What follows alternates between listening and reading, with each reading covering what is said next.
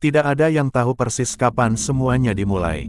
Ibunya hanya ingat satu hal, anak perempuannya berhenti menangis tepat setelah maghrib. Malam itu, hujan turun terlalu lama untuk ukuran musim kemarau. Petir tidak menyambar, tapi langit seperti terus menggeram pelan, seolah menahan sesuatu agar tidak jatuh ke bumi. Di rumah kayu kecil di pinggir desa, bayi perempuan itu menangis tanpa henti sejak sore. Tangisnya bukan tangis lapar. Bukan pula tangis sakit, itu tangis panjang, terputus-putus, seperti napas yang tersangkut. Sudah, Nduk sudah, bisik ibunya sambil menggendong, tapi tubuh bayi itu tetap kaku. Matanya terpejam, wajahnya memerah, seolah ada tekanan dari dalam dada yang tidak bisa keluar. Saat azan maghrib berkumandang dari surau jauh, tangisan itu mendadak berhenti. Terlalu mendadak, ibunya menunduk, panik, tubuh bayi itu diam. Terlalu diam untuk anak yang barusan meraung hampir 2 jam. Lalu, perlahan, mata kecil itu terbuka. Dan untuk sesaat, ibunya merasa bukan anaknya yang sedang menatap. Tatapan itu tenang, kosong, dan tidak mencari siapapun. Alia, gumam sang ibu, menyebut nama yang baru ia berikan pagi tadi. Bayi itu berkedip sekali, lalu tersenyum kecil, senyum yang tidak seharusnya dimiliki bayi berusia 3 hari. Alia tumbuh seperti anak lain, setidaknya dari luar. Ia belajar berjalan, jatuh, bangun, lalu berlari di halaman berdebu. Ia masuk sekolah dasar, duduk rapi, dan menulis dengan huruf yang sedikit miring. Tidak ada yang mencurigakan selain satu hal kecil yang sering dibicarakan pelan-pelan oleh orang dewasa. Alia terlalu tenang, ia jarang menangis, jarang meminta, dan jarang takut. Ketika anak-anak lain berteriak saat mati lampu, Alia hanya duduk diam, menatap kegelapan seolah sedang mendengarkan seseorang berbicara. "Ngapain kamu di situ sendirian?" tanya temannya suatu malam. Alia menoleh perlahan. "Lagi nunggu." "Nunggu apa?" Alia berpikir sebentar. Dahi kecilnya berkerut. Nunggu dia selesai ngomong. Anak-anak lain tertawa, mengira itu bercanda. Tapi mereka tidak pernah bertanya siapa dia. Karena setiap kali Alia menjawab, udara di sekitarnya terasa lebih dingin. Saat Alia berusia 9 tahun, kejadian itu kembali. Malam Jumat, jam hampir menunjuk pukul 12. Ibunya terbangun karena mendengar suara langkah di dapur. Perlahan, ia bangkit dan mengintip dari balik pintu kamar. Alia berdiri di depan cermin tua, rambutnya terurai, matanya terbuka tapi tidak berkedip. Bibirnya bergerak, bukan seperti anak yang berbicara, tapi seperti orang menirukan suara orang lain. Nanti, suara itu keluar pelan dari mulut Alia, tapi nadanya bukan miliknya. Terlalu dalam, terlalu matang. "Nanti saja, aku belum selesai." Ibunya gemetar. "Alia." Anak itu berhenti bicara. Perlahan, ia menoleh. Untuk pertama kalinya sejak melahirkan, sang ibu melihat ketakutan di wajah anaknya sendiri. "Bu," bisik Alia dengan suara aslinya, lirih dan patah. Dia nggak mau pergi. Lampu tiba-tiba mati. Dan di dalam gelap itu, ada suara lain, lebih dekat, lebih jelas, yang bukan berasal dari mulut Alia. "Aku tumbuh di sini. Tubuh ini sudah mengingat namaku." Keesokan paginya, Alia tidak ingat apapun. Tapi sejak malam itu, ia sering terbangun dengan rasa capek yang tidak wajar. Seolah tubuhnya digunakan orang lain saat ia tidur. Dan setiap kali ia bercermin terlalu lama, pantulannya terlambat bergerak setengah detik. Alia memasuki masa remaja dengan tubuh yang sering terasa bukan sepenuhnya miliknya. Ia jarang sakit, tapi juga jarang merasa segar. Tidurnya panjang, mimpinya berat, dan setiap bangun pagi selalu ada rasa lelah yang tidak bisa dijelaskan. Seperti seseorang yang bekerja semalaman tanpa upah, tanpa ingatan. Ibunya membawanya ke orang pintar, ke dukun kampung, ke ustaz, bahkan ke seorang kiai sepuh di desa seberang. Semua memberi jawaban yang berbeda, tapi satu kalimat selalu muncul dengan bentuk lain. Yang di dalamnya tidak mau pergi. "Kenapa?" tanya ibunya, suaranya hampir habis. "Kenapa anak saya?" Jawaban mereka selalu samar. Karena dia tidak diusir, karena tubuh itu cocok, atau karena yang menumpang sudah terlalu lama di situ. Alia duduk diam setiap kali itu dibicarakan. Ia mendengar semua kata itu seperti orang mendengar hujan dari balik tembok, ada, tapi tidak menyentuh. Yang tidak mereka ketahui, Alia sudah berbicara dengannya sejak lama. Percakapan pertama yang benar-benar ia ingat terjadi saat ia berusia 13 tahun. Malam itu, ia terbangun di kamarnya sendiri, tapi tidak bisa bergerak. Matanya terbuka, menatap langit-langit bambu yang gelap. Dadanya terasa berat, napasnya pendek. Lalu ada suara, bukan dari luar, bukan dari telinga. "Kamu sudah cukup besar sekarang." Suara itu tidak keras, tidak menyeramkan, justru terdengar sabar, seperti seseorang yang sudah menunggu lama.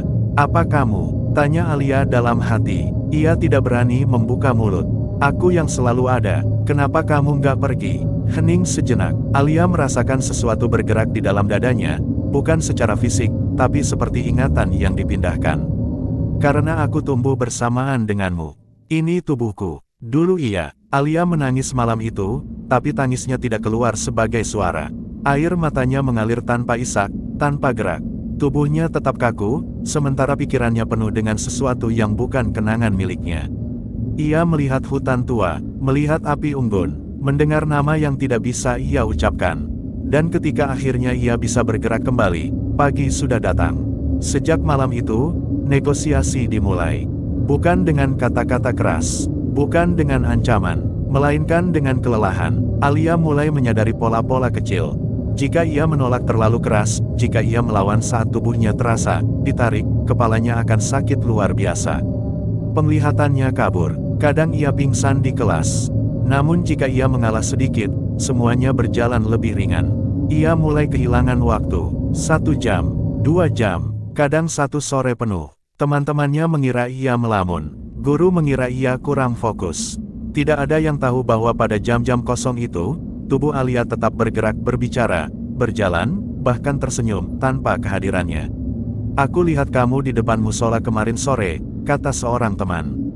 "Kamu senyum-senyum sendiri." Alia membeku. Jam berapa? Sekitar maghrib. Alia tahu, jam itu selalu bukan miliknya. Ibunya semakin sering mendapati Alia berbicara sendiri. Kadang di dapur, kadang di halaman, kadang di depan cermin, dengan suara yang berubah-ubah. "Dia nggak jahat, Bu," kata Alia suatu pagi, tiba-tiba, tanpa konteks. Ibunya berhenti menyapu. "Siapa yang di dalam?"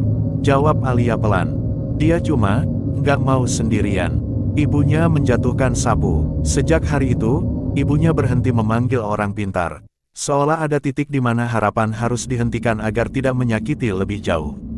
Pada usia 16 tahun, Alia mulai menulis. Bukan diari, bukan puisi, melainkan catatan aneh tentang tempat yang tidak pernah ia kunjungi, nama-nama yang terasa tua, dan kalimat yang selalu ditutup dengan tanda yang sama. "Aku masih di sini." Tulisan tangannya rapi, terlalu rapi, dan yang paling mengganggu, beberapa halaman bukan ditulis dengan gaya tulisannya. Ibunya menemukan buku itu suatu siang, dan tangan tuanya gemetar saat membaca. Karena sebagian kalimat ditulis seperti orang dewasa, sebagian lagi seperti orang yang belajar meniru. "Kalau aku dewasa nanti," tanya Alia suatu malam di dalam pikirannya sendiri. "Kamu bakal pergi." Hening lama. "Tubuh ini akan berubah," jawab suara itu akhirnya. "Tapi aku tidak. Jadi aku harus bagaimana?" "Berbagi." Kata itu terasa dingin. Berbagi napas, berbagi waktu, berbagi hidup. Alia menyadari sesuatu yang membuat dadanya sesak. Jin itu tidak ingin merusak. Ia ingin bertahan. Dan yang lebih menakutkan, ia mulai tidak tahu mana pikirannya sendiri, dan mana yang dititipkan. Malam ulang tahunnya yang ke-17, Alia berdiri di depan cermin terlalu lama. Pantulannya menatap balik, tersenyum lebih dulu. Untuk pertama kalinya, senyum itu tidak terasa asing. Dan di dalam kepalanya, suara itu berbisik pelan. "Kita sudah sejauh ini, jangan hentikan sekarang." Alia dewasa tanpa pernah benar-benar merasa tumbuh. Tubuhnya bertambah tinggi, suaranya matang, wajahnya berubah, namun di dalam, ada sesuatu yang tetap berada pada usia yang tidak bisa ditentukan. Ia bukan anak kecil, bukan orang tua. Ia hanya ada, dan menunggu. Masa kuliah membawa Alia keluar dari desa, tapi tidak keluar dari dirinya sendiri. Ia menyewa kamar kos kecil di pinggir kota, dindingnya tipis, jendelanya menghadap gang sempit. Tempat itu sunyi, cukup sunyi untuk mendengar isi kepala sendiri, atau isi kepala orang lain. Sejak tinggal sendiri, kehilangan waktu Alia semakin sering. Bukan lagi jam-jam pendek, melainkan potongan hari. Ia terbangun dengan pakaian berbeda. Menemukan pesan terkirim di ponsel yang tidak ia ingat mengetik. Kadang menerima ucapan terima kasih dari orang yang tidak ia kenal. Satu pesan paling sering muncul. Terima kasih sudah mau mendengarkan. Alia tidak tahu kapan ia mulai memberi izin. Mungkin sejak lelah melawan. Mungkin sejak sadar bahwa tubuhnya tetap bergerak meski ia menolak. Atau mungkin karena suara itu tidak pernah memaksa. Ia hanya menunggu hingga Alia kehabisan tenaga. Ia bertemu Bima di perpustakaan kampus. Pertemuan mereka biasa saja, terlalu biasa untuk kisah apapun yang seharusnya penting. Bima membantu mengambilkan buku dari rak atas. Alia mengucapkan terima kasih. Mereka duduk berseberangan tanpa banyak bicara.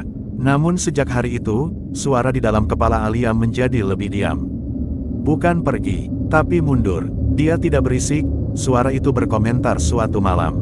Aku suka. Alia menahan napas. Kamu nggak boleh ikut campur. Aku tidak cemburu, jawabnya. Aku hanya mengamati. Hubungan Alia dan Bima tumbuh pelan. Mereka berjalan kaki sore hari, berbicara tentang hal-hal kecil. Tidak ada sentuhan yang berlebihan. Tidak ada pengakuan cepat. Namun setiap kali Bima menatap Alia terlalu lama, sesuatu di dalam dirinya mengencang. Seperti ada tangan lain yang ikut memperhatikan. Pada suatu malam hujan, Alia pingsan di kamar kos. Ia terbangun di tempat yang tidak ia kenali, bukan kamar, bukan desa, bukan dunia nyata. Ia berdiri di antara pepohonan tinggi, cahaya remang, dan bau tanah basah yang terlalu kuat. Api unggun menyala di tengah, dan di seberangnya, sosok itu akhirnya memperlihatkan diri. Bukan rupa jelas, bukan wajah utuh, hanya bayangan yang terasa familiar. Aku tidak bisa pergi, katanya tanpa suara. Bukan karena aku menolak, tapi karena tubuhmu sudah mengingatku. Lalu aku, tanya Alia, aku harus bagaimana? Bayangan itu mendekat, tidak menyentuh. Kalau kamu usir aku sekarang, katanya pelan. Yang tersisa hanya ruang kosong. Dan tubuhmu tidak suka kosong. Alia tersadar dengan jeritan sendiri. Sejak malam itu, batas mulai kabur. Ia tidak lagi selalu tahu kapan ia tertidur. Tidak selalu tahu siapa yang bangun. Bima mulai menyadari perubahan. Kamu sering kosong, katanya suatu sore. Kayak lagi di sini, tapi nggak hadir. Alia ingin jujur, ingin sekali. Tapi setiap kali ia mencoba, dadanya terasa sesak, dan lidahnya berat. Di dalam kepalanya, suara itu berbicara lembut. Kalau dia tahu, dia akan menyebut namaku. Dan kalau namaku disebut, aku harus menjawab. Kamu siapa? Tanya Alia dalam hati, gemetar. Kenapa kamu takut dipanggil? Hening lama, karena nama adalah pintu. Pada usia 24, Alia berhenti mencoba mengusir. Ia mulai mengatur. Jam-jam tertentu ia izinkan. Jam-jam tertentu ia kunci. Ia memberi syarat, tidak menyakiti, tidak merusak, tidak berbicara pada orang yang ia cintai. Dan suara itu, menuruti. Untuk sementara, tubuh Alia terasa lebih stabil. Hidupnya berjalan. Ia lulus, bekerja, menyewa rumah kecil. Bima melamar, namun setiap kesepakatan selalu memiliki harga. Dan harga itu mulai ditagih saat Alia menyadari satu hal yang paling menakutkan. Setiap tahun, waktu yang ia miliki semakin sedikit. Dan yang di dalamnya, tidak menua sama sekali. Pernikahan Alia berlangsung sederhana. Tidak ada hal aneh yang terlihat oleh tamu undangan. Tidak ada pingsan, tidak ada kerasukan di pelaminan, tidak ada suara-suara ganjil. Alia tersenyum, menyalami orang-orang, dan duduk di samping Bima seperti pengantin pada umumnya. Namun di dalam kepalanya, suara itu terjaga sepanjang hari. Ini pertama kalinya aku melihatmu mengikatkan diri pada manusia lain, katanya pelan. Aku ingin tahu rasanya. Jangan, bisik Alia dalam hati, suaranya nyaris pecah. Ini hidupku. Aku tahu, jawabnya lembut. Itulah sebabnya aku tidak pergi. Malam pertama mereka berlalu tanpa sentuhan. Alia berdalih lelah. Bima tidak memaksa, ia hanya memeluk dari jarak yang sopan, seperti orang yang mencoba memahami batas yang belum pernah dijelaskan. Namun saat Bima tertidur, Alia terjaga. Dan di keheningan itu, tubuhnya bergerak setengah inci sendiri. Bukan banyak, cukup untuk membuatnya sadar. Kesepakatan mereka mulai goyah. Hari-hari setelah menikah terasa berlubang. Alia menjalani rutinitas, tapi ada bagian waktu yang seperti dihapus. Ia mendapati dapur sudah rapi tanpa ingatan membereskan. Mendengar tetangga menyapanya dengan keakraban yang tidak ia kenali. "Kemarin sampeyan baik sekali," kata seorang ibu. "Makasih sudah dengerin saya lama." Alia tersenyum kaku. Dadanya dingin. "Aku cuma duduk dan mendengar." Suara itu membela diri. "Manusia suka didengarkan." "Kamu pakai suaraku," balas Alia gemetar. "Kamu pakai wajahku. Dan kamu pakai tubuhku sejak lahir," jawabnya tenang. "Kita impas." Kata impas terasa salah. Terlalu rapi untuk sesuatu yang tumbuh dari ketidakseimbangan. Perubahan paling terasa terjadi pada malam. Alia mulai terbangun di posisi yang tidak sama saat ia tidur. Kadang duduk di ruang tamu. Kadang berdiri di depan pintu, tangan menggenggam gagang seolah hendak keluar. Dan yang paling mengganggu, ia mulai bermimpi dari sudut pandang orang lain. Ia melihat dirinya sendiri dari kejauhan. Mendengar suaranya berbicara dengan intonasi yang sedikit berbeda. Lebih pelan, lebih yakin. "Aku menjaga yang kamu tidak sanggup jaga," suara itu berbisik dalam mimpi. "Aku menahan yang ingin kamu buang." Alia terbangun dengan napas terengah, merasa seperti tamu di rumah sendiri. Bima mulai menyadari jarak yang tumbuh. "Kamu berubah sejak nikah," katanya suatu malam. "Kadang kamu kayak, bukan kamu." Alia ingin menjawab jujur, ingin mengatakan bahwa dirinya sudah lama terbagi, bahwa ada sesuatu yang tumbuh bersamanya sejak bayi. Namun saat ia membuka mulut, dadanya menegang. Belum waktunya, suara itu memperingatkan. "Kalau dia tahu sekarang, tubuhmu akan retak." "Kamu capek?" jawab Alia akhirnya. "Aku juga." Itu bukan bohong sepenuhnya, hanya tidak lengkap. Tubuh Alia mulai memberi tanda-tanda lain. Mimisan tanpa sebab, jari-jari dingin meski cuaca panas. Dan kadang, di depan cermin, bayangannya tidak bergerak bersamaan. Ia memejamkan mata lama-lama sebelum bercermin. Takut melihat siapa yang lebih dulu tersenyum. Suatu malam, Alia mendengar Bima berbicara dalam tidurnya. "Kamu siapa?" gumamnya lirih. Alia menahan napas. Dan untuk pertama kalinya, suara di dalamnya terdengar ragu. Dia mulai sadar. "Kalau aku pergi?" tanya Alia putus asa. "Kalau aku menyerah?" Hening panjang. "Kamu tidak bisa pergi dari tubuhmu sendiri," jawabnya akhirnya. "Tapi aku bisa menggantikannya." Kata itu membuat Alia gemetar. Menggantikan, bukan berbagi, bukan menemani. Puncaknya terjadi pada malam Jumat Kliwon. Hujan turun tanpa jeda sejak sore. Alia terbangun di depan cermin kamar mandi. Rambutnya basah, tangannya menempel di kaca. Di balik pantulan itu, wajahnya terlihat lebih dewasa, lebih tenang, lebih asing. Bibir di cermin bergerak, sementara bibir Alia tidak. "Aku sudah cukup lama di belakang," kata pantulan itu. "Tubuh ini mulai memilih. Ini tubuhku," bisik Alia, air mata jatuh. Pantulan itu tersenyum kecil. Dulu ia, di luar kamar mandi, Bima memanggil namanya. "Alia," dan untuk pertama kalinya, Alia tidak yakin siapa yang akan menjawab.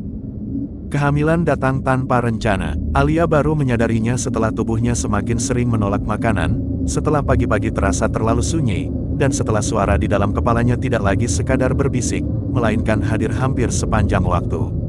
Ia duduk lama di tepi ranjang, memandangi dua garis merah pada alat tes dengan perasaan yang tidak bisa ia beri nama. Bima senang. Ia menangis sambil tertawa, memeluk Alia erat-erat, berbicara tentang masa depan, tentang nama, tentang rumah yang lebih besar.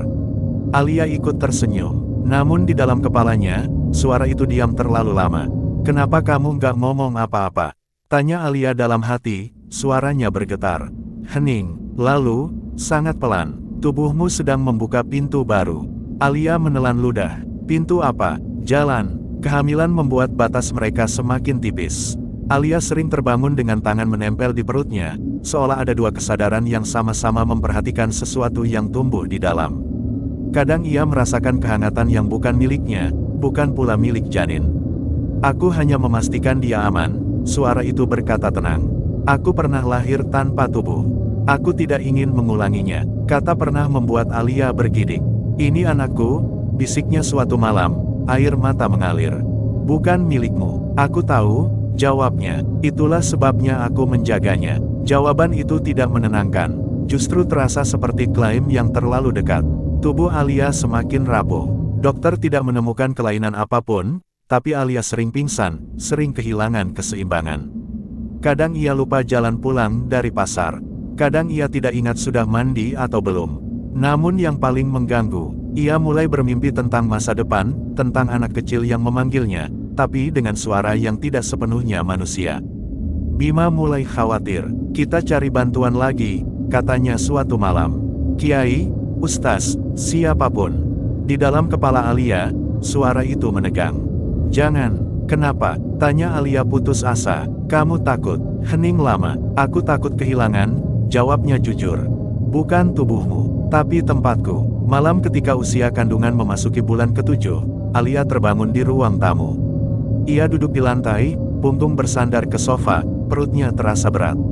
Lampu mati, hanya cahaya bulan masuk dari jendela. Dan untuk pertama kalinya, ia melihatnya tanpa cermin. Bukan bentuk utuh, tapi bayangan gelap yang duduk di seberangnya, seolah dunia ini akhirnya mengizinkan pertemuan itu terjadi. Aku capek, kata Alia dengan suara asli, keras, dan utuh. Aku mau hidupku sendiri. Bayangan itu tidak bergerak. Aku juga capek, jawabnya pelan. Aku bertahan terlalu lama untuk dilepaskan begitu saja. Kamu jin, kata Alia, suaranya gemetar. Kamu bukan manusia, kamu nggak seharusnya di sini. Bayangan itu mengangguk perlahan. Dan kamu adalah satu-satunya tubuh yang tidak menolakku sejak awal. Kalimat itu menghantam lebih keras dari teriakan. Sejak malam itu, kesepakatan runtuh. Alia tidak lagi bisa memilih jam. Tubuhnya sering diambil alih tanpa peringatan. Ia berbicara dengan nada yang bukan miliknya, membuat Bima semakin sering terdiam. Kamu pernah ngomong hal-hal aneh, kata Bima suatu pagi. Kayak kamu, bukan istriku. Alia menunduk, air mata jatuh ke piring sarapan. Ia tahu waktunya hampir habis. Malam sebelum melahirkan, hujan turun deras. Alia berdiri di kamar mandi, memandangi perutnya yang besar. Napasnya berat, tubuhnya gemetar. Kalau aku pergi, tanya Alia pelan. Kamu akan apa? Bayangan itu muncul di balik pantulan, samar tapi jelas. Aku akan tetap tinggal, jawabnya. Salah satu dari kita harus di sini. Alia menutup mata, dan untuk pertama kalinya sejak kecil, ia tidak tahu siapa yang ia takuti. Persalinan Alia dimulai menjelang subuh. Hujan belum berhenti sejak malam. Langit kelabu, jalanan sepi, dan suara sirene ambulans terdengar seperti memecah dunia yang sudah rapuh. Bima duduk di samping Alia, menggenggam tangannya erat-erat, merasakan dingin yang tidak wajar merambat dari jari-jari istrinya. Tarik napas, pelan, ucap bidan. Alia mencoba, tapi napasnya tersendat. Dadanya terasa penuh, bukan oleh rasa sakit, melainkan oleh sesuatu yang menekan dari dalam, sesuatu yang sudah terlalu lama menunggu momen ini. Ini batasnya, suara itu berkata di dalam kepalanya, tenang namun pasti. Setelah ini, salah satu dari kita tidak bisa kembali. Air mata Alia mengalir. Aku cuma mau hidup, bisiknya tanpa suara. Aku cuma mau jadi manusia seutuhnya. Hening sesaat, dan aku cuma mau ada, jawabnya lirih. Kita berdua tidak salah. Rasa sakit datang bertubi-tubi. Tubuh Alia berkontraksi, tapi yang paling menyakitkan justru bukan fisiknya, melainkan kesadaran bahwa tubuhnya sedang diperebutkan. Lampu ruang bersalin berkedip sekali. Bima menoleh panik. Kenapa lampunya? Belum sempat ia menyelesaikan kalimat, Alia menjerit. Bukan jeritan melahirkan. Jeritan itu lebih dalam, lebih tua, seperti suara yang keluar dari dua tenggorokan sekaligus. Bidan mundur selangkah. Mas, istrinya. Wajah Alia berubah. Matanya terbuka, tapi tatapannya bukan miliknya.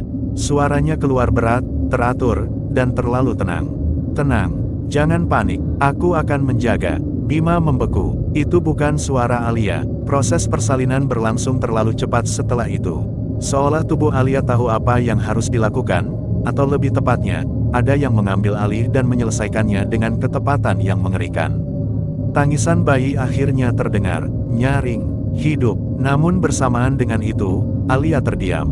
Monitor berdetak pelan. Detaknya melambat. Alia, Bima mengguncang bahunya. Alia, lihat aku. Di dalam kepalanya, suara itu berbicara untuk terakhir kalinya. Aku menepati janjiku. Aku tetap tinggal. Di mana? Tanya Alia. Napasnya tipis. Di tubuh siapa? Tidak ada jawaban. Hanya rasa lega yang bukan miliknya, dan gelap yang datang perlahan. Alia selamat. Dokter menyebutnya keajaiban kecil. Tekanan darahnya turun drastis, tapi kembali stabil. Ia dipindahkan ke ruang pemulihan dengan kondisi lemah. Bima duduk di samping ranjang, memeluk bayi mereka. Air matanya jatuh tanpa suara. Namun ada sesuatu yang berubah. Saat Alia membuka mata, tatapannya kosong, tapi bukan kosong seperti dulu. Tidak ada bisikan, tidak ada gema lain, hanya sunyi. Sunyi yang terlalu bersih. Hari-hari setelah persalinan terasa aneh. Alia tidak lagi kehilangan waktu. Tidak lagi mendengar suara, tidak lagi bermimpi dari sudut pandang lain. Ia seharusnya lega, dan sebagian dari dirinya memang demikian. Namun ada lubang. Ia sering terdiam lama, menatap dinding, merasa seperti ada kata yang ingin keluar tapi tidak tahu bentuknya. "Aku kenapa?" tanya Alia suatu sore pada Bima. "Aku ngerasa, ada yang hilang." Bima menelan ludah. "Mungkin trauma. Kamu butuh waktu." Alia mengangguk, tapi di dalam dadanya, ada rasa hampa yang tidak bisa diisi.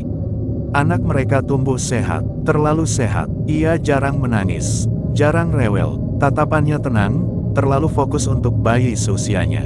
Kadang, saat malam benar-benar sunyi, bayi itu menatap sudut ruangan dan tersenyum kecil, senyum yang pernah Alia lihat puluhan tahun lalu. Suatu malam, Alia terbangun karena mendengar suara pelan. Bukan tangisan, bukan tawa, sebuah bisikan lembut dari box bayi. "Aku di sini." Alia berdiri kaku, untuk pertama kalinya sejak melahirkan. Ia menyadari sesuatu yang membuat darahnya membeku. Tubuhnya memang ditinggalkan, tapi tempat itu tidak pernah benar-benar kosong. Anak itu tumbuh tanpa banyak suara. Tangisnya jarang, tidurnya teratur. Ia tidak pernah rewel berlebihan seperti bayi lain. Para tetangga menyebutnya anak anteng, dan Bima menganggap itu keberuntungan. Hanya Alia yang tahu. Ketenangan itu bukan kosong. Sejak hari pertama, Alia merasakan jarak yang aneh dengan anaknya. Bukan karena tidak cinta, melainkan karena ada sesuatu yang berdiri di antara perasaan itu, sesuatu yang tidak terlihat, tapi terlalu dikenali. Anak itu sering menatap lama. Bukan menatap wajah, tapi menembus. Kadang matanya mengikuti sesuatu yang tidak ada. Kadang bibirnya bergerak pelan, tanpa suara. Alia tidak pernah berani mendekat saat itu terjadi. Ketika anak itu mulai belajar bicara, kata pertamanya bukan ibu atau ayah. Ia berkata, "Pulang." Alia menjatuhkan sendok. "Pulang kemana?" tanya Bima sambil tertawa kecil. Anak itu menoleh ke arah ibunya. Tatapannya terlalu sadar. "Ke tempat lama," jawabnya pelan. Udara di dapur terasa berat. Alia memeluk perutnya sendiri, seolah tubuhnya mengingat sesuatu yang pikirannya coba lupakan. Malam-malam mulai kembali terasa panjang. Anak itu sering terbangun menjelang subuh, duduk di ranjang kecilnya sambil berbicara dengan arah sudut kamar. Tidak berteriak, tidak menangis, seolah berdiskusi. Alia mengintip dari balik pintu. "Kamu ngomong sama siapa?" tanyanya gemetar. Anak itu menoleh perlahan. "Sama aku," jawabnya. Suara itu bukan suara anak kecil. Alia berhenti tidur nyenyak sejak malam itu. Ia mulai mengawasi, mencatat, dan diam-diam memperhatikan perubahan kecil yang semakin jelas. Cara anak itu berjalan, terlalu seimbang. Cara ia memegang benda, terlalu pasti. Cara ia diam, terlalu penuh. Dan yang paling menakutkan, anak itu tidak pernah takut gelap. Suatu sore, saat hujan turun pelan, Alia memberanikan diri bertanya. "Kamu ingat sebelum kamu lahir?" Anak itu mengangguk kecil. "Apa yang kamu ingat?" Ia berpikir sebentar, lalu tersenyum. "Capek," katanya, "dan nunggu." Alia menangis di depan anaknya sendiri, tanpa suara, tanpa bisa menjelaskan mengapa. Bima mulai merasakan keanehan, tapi memilih menyangkal. "Kamu terlalu cemas," katanya. Dia cuma anak-anak. Namun suatu malam, Bima terbangun karena suara langkah kecil di ruang tamu. Ia bangkit dan melihat anaknya berdiri menghadap pintu, tangan kecilnya memegang gagang. "Kamu mau kemana?" tanya Bima. Anak itu tidak menoleh. "Menyusul." "Menyusul siapa?" "Hening." "Yang ditinggal." Bima membeku. Alia akhirnya tahu, yang berpindah bukan sekadar kehadiran, melainkan peran. Ia teringat kata-kata itu, bertahun-tahun lalu. "Tubuh ini akan berubah. Tapi aku tidak." Jin itu tidak pernah pergi. Ia hanya menunggu wadah yang lebih mudah dibentuk. Malam itu, Alia duduk di lantai kamar anaknya. "Kamu siapa?" tanyanya lirih. Anak itu menatap ibunya lama. Tatapannya lembut. Terlalu lembut. Aku yang kamu tinggalkan, jawabnya pelan. Aku yang kamu titipkan tanpa sadar. Ini salahku, bisik Alia.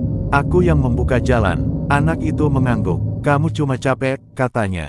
Sekarang giliranku. Alia menyadari sesuatu yang menghancurkan. Ia telah bebas. Dengan harga yang tidak bisa ditebus. Dan waktu yang ia miliki untuk memperbaiki semuanya. Hampir habis. Alia mulai mencari jawaban dengan cara yang dulu ia hindari. Ia kembali ke desa asalnya seorang diri, meninggalkan anak itu bersama Bima dengan alasan pekerjaan. Bima tidak bertanya banyak, mungkin karena ia juga mulai merasakan ketakutan yang sama, tapi tidak berani menamainya. Desa itu hampir tidak berubah. Rumah kayu masih berdiri, surau masih mengumandangkan azan dengan suara serak. Dan orang-orang tua masih duduk di beranda, seolah waktu hanya bergerak di tubuh mereka, bukan di tempat. Namun ketika Alia menyebut namanya, percakapan selalu terhenti. Alia, anaknya Bu Sari. Tatapan-tatapan itu saling bertukar. Ada yang pura-pura tidak dengar, ada yang langsung masuk rumah. Hanya satu orang yang mau berbicara. Seorang perempuan tua yang dulu pernah datang ke rumah mereka, membawa air doa dan daun-daun kering. Kamu seharusnya tidak kembali, kata perempuan itu pelan. Karena yang kamu bawa pulang, sudah menemukan jalannya sendiri. Aku mau tahu namanya, kata Alia tegas, meski tangannya gemetar. Nama yang di dalamku dulu. Perempuan tua itu menarik napas panjang, seolah menimbang apakah pengetahuan itu layak diberikan. Kalau kamu tahu namanya, katanya akhirnya, kamu juga harus siap tahu siapa yang akan menjawab.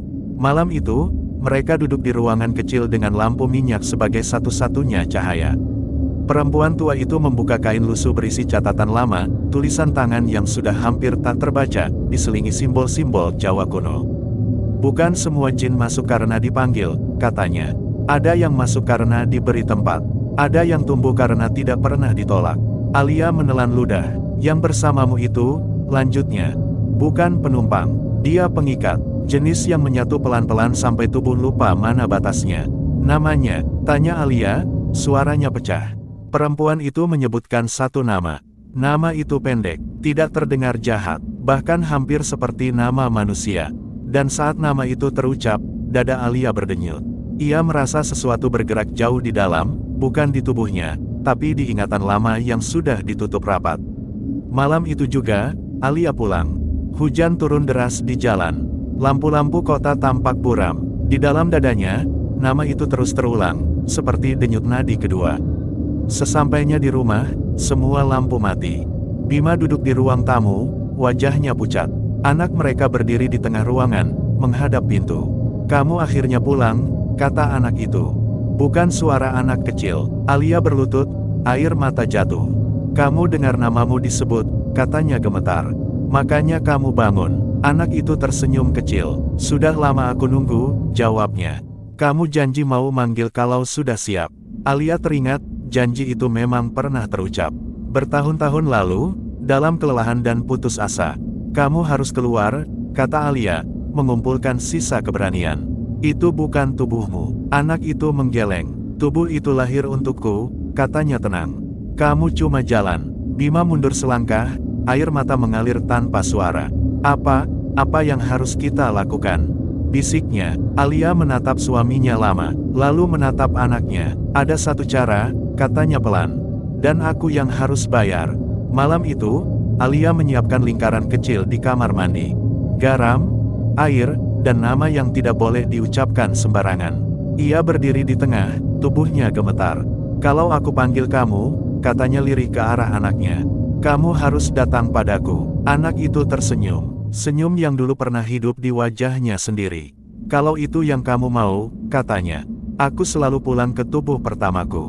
Dan untuk pertama kalinya sejak lama, Alia tahu satu hal dengan pasti. Beberapa kesalahan tidak bisa diperbaiki. Hanya bisa dipindahkan. Air di lantai kamar mandi terasa lebih dingin dari biasanya. Alia berdiri di tengah lingkaran garam yang ia buat sendiri. Kaki telanjangnya gemetar, bukan karena dingin, tapi karena kesadaran bahwa tubuh ini, tubuh yang selama ini ia anggap miliknya, mungkin memang tidak pernah sepenuhnya kosong. Nama itu sudah ia ucapkan 3 kali. Tidak keras, tidak juga berbisik, cukup jelas untuk didengar oleh sesuatu yang memang sejak awal menunggu dipanggil. Cermin di dinding kamar mandi mulai berembun, padahal tidak ada air panas yang mengalir. Dari pantulannya, Alia melihat bayangan dirinya sendiri, sedikit terlambat bergerak. Ia mengangkat tangan, bayangan itu mengangkatnya sejenak setelahnya. "Aku di sini," kata Alia pelan. "Kembali ke tempatmu dulu." Udara terasa menekan, seperti paru-parunya diisi air. Di luar kamar mandi, Bima duduk bersandar di dinding lorong. Tangannya memeluk lutut, wajahnya tertunduk. Ia tidak berani masuk, tidak berani juga pergi. Ia mendengar suara Alia berubah, bukan menjadi suara lain, tapi menjadi dua suara dalam satu kalimat. "Jangan lawan," suara itu berkata. "Kalau kamu goyah, dia bisa ambil semuanya." Bima memejamkan mata. Di ruang tamu, anak mereka berdiri diam. Tidak menangis, tidak bergerak. Matanya menatap lurus ke arah kamar mandi, seolah menunggu giliran. Di dalam lingkaran, Alia mulai mengingat. Bukan kenangan biasa, melainkan potongan-potongan kecil yang selama ini ia anggap mimpi. Malam saat ibunya sakit keras, doa-doa yang terlalu panjang, bau kemenyan yang terlalu pekat, dan suara seseorang berkata, "Ambil saja yang paling lemah." Dia masih kosong. Ia menangis. "Waktu itu aku cuma mau bertahan hidup," katanya terisak. "Aku tidak tahu kamu akan tumbuh." Bayangan di cermin kini tersenyum. Senyum yang sangat familiar. "Aku tumbuh karena kamu hidup," jawab suara itu. "Dan kamu hidup karena aku bertahan." Lingkaran garam mulai retak. Air merembes masuk. Alia merasakan sesuatu keluar dari dalam dirinya. Bukan rasa sakit, lebih seperti kehilangan berat yang selama ini dianggap bagian dari tulang. Tubuhnya melemah, lututnya hampir menyentuh lantai. Dari mulutnya, keluar napas panjang, yang bukan sepenuhnya napas. Sosok di cermin bergerak lebih cepat, lebih padat. "Sekarang," kata suara itu, "giliranmu beristirahat." Alia menggeleng. "Bukan aku. Ambil aku kembali, bukan anakku." Sosok itu terdiam. Untuk pertama kalinya, ada keraguan.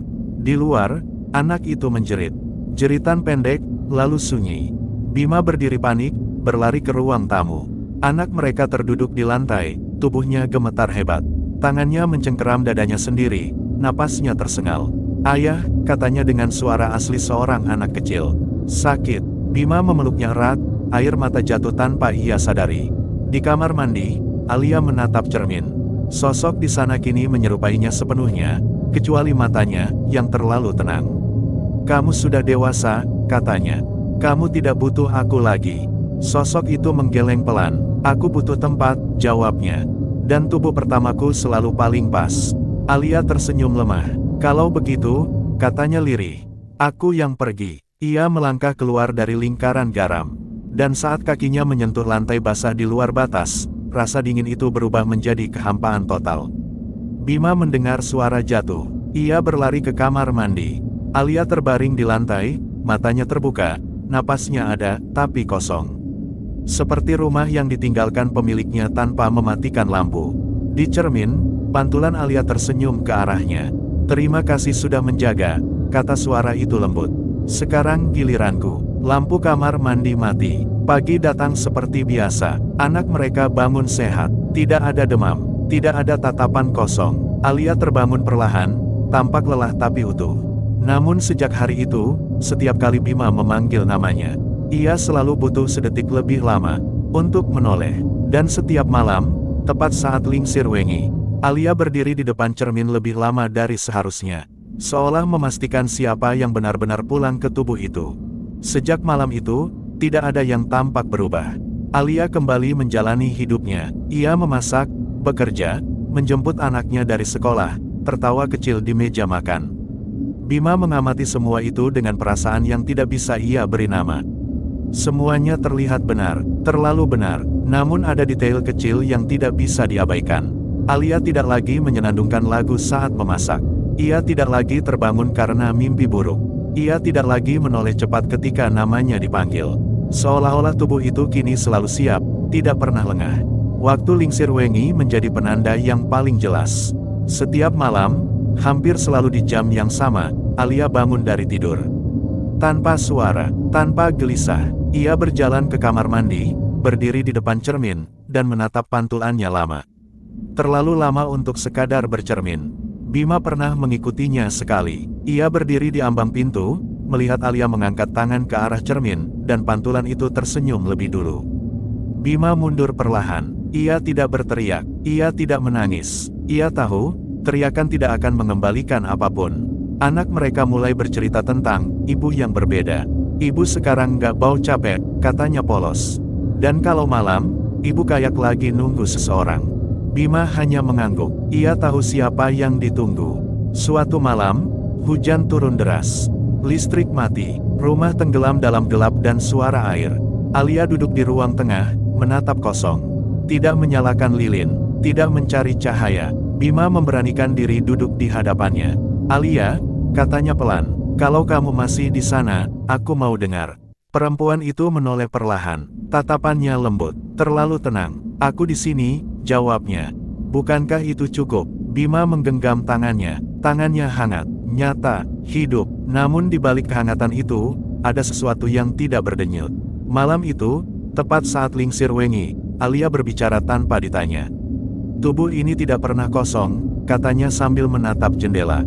Hanya berpindah isi. Bima menutup mata. Apa Alia masih ada? Tanyanya. Ada jeda, pendek, nyaris tak terasa. Dia tidak pergi, jawab suara itu akhirnya. Dia hanya tidak memegang kemudi. Pagi berikutnya, Alia pergi ke desa asalnya sendirian. Perempuan tua yang dulu memberi peringatan sudah meninggal seminggu sebelumnya. Rumahnya kosong, catatannya dibakar oleh warga, takut ada yang mengikuti. Namun di tanah belakang rumah itu, Alia berdiri lama. Ia menunduk dan berbisik, bukan mantra, bukan doa. Hanya satu kalimat, aku sudah dewasa. Angin bergerak pelan, tidak ada jawaban, karena yang perlu menjawab, sudah berada di dalam tubuh itu. Tahun-tahun berlalu, anak mereka tumbuh normal, tidak pernah kesurupan, tidak pernah melihat bayangan, tidak pernah mendengar suara. Ia aman, dan itu harga yang dibayar Alia, atau sesuatu yang memakai namanya.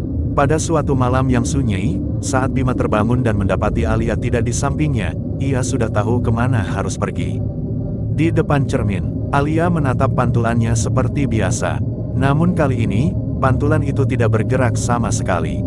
Aku capek, kata Alia pelan.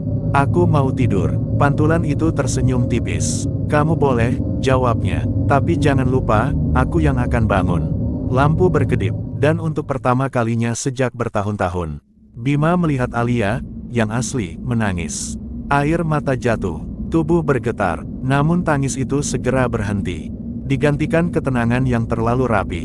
Sejak malam itu, Alia tidak lagi bangun saat Lingsir Wengi. Namun setiap orang yang bertamu ke rumah itu selalu berkata hal yang sama. Rumah ini, terasa seperti ada yang menunggu. Dan di cermin kamar mandi, jika diperhatikan cukup lama, pantulan itu kadang berkedip, sedetik lebih lambat dari seharusnya. Karena tidak semua yang tertinggal pernah benar-benar pergi.